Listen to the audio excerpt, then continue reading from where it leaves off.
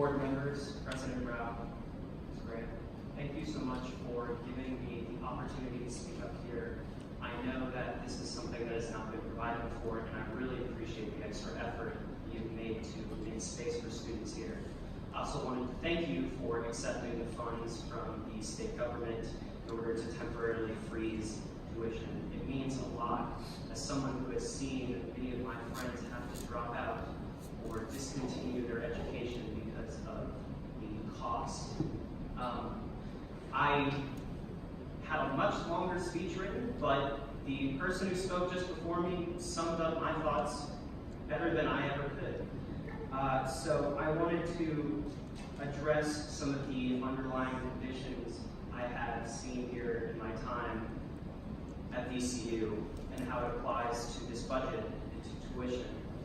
I wanted to address the growth of VCU, the consumption of Richmond and the expansion and acquisition of property at any cost that I have seen in the very short time I've had here compared to all of you.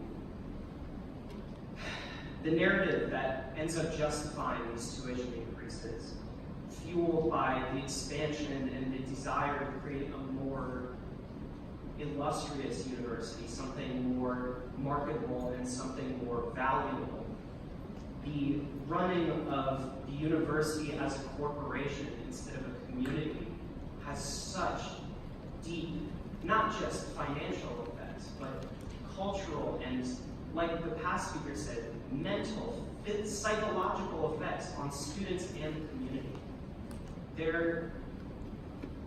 In the issue of the Commonwealth Times put out yesterday, there was an article about the SBA, which is supposed to be the body that represents students and the VCU administration.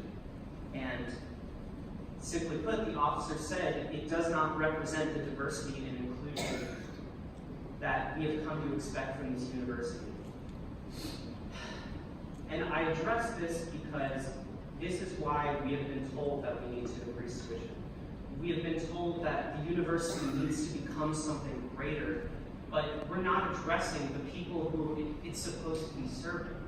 And so I ask you, before you make these multi-year plans, and before you make your next acquisition, or before you make your next grand leap to make VCU a massive institution, first you should look at the people it's supposed to be serving in the first place. Because I see 3 students here today.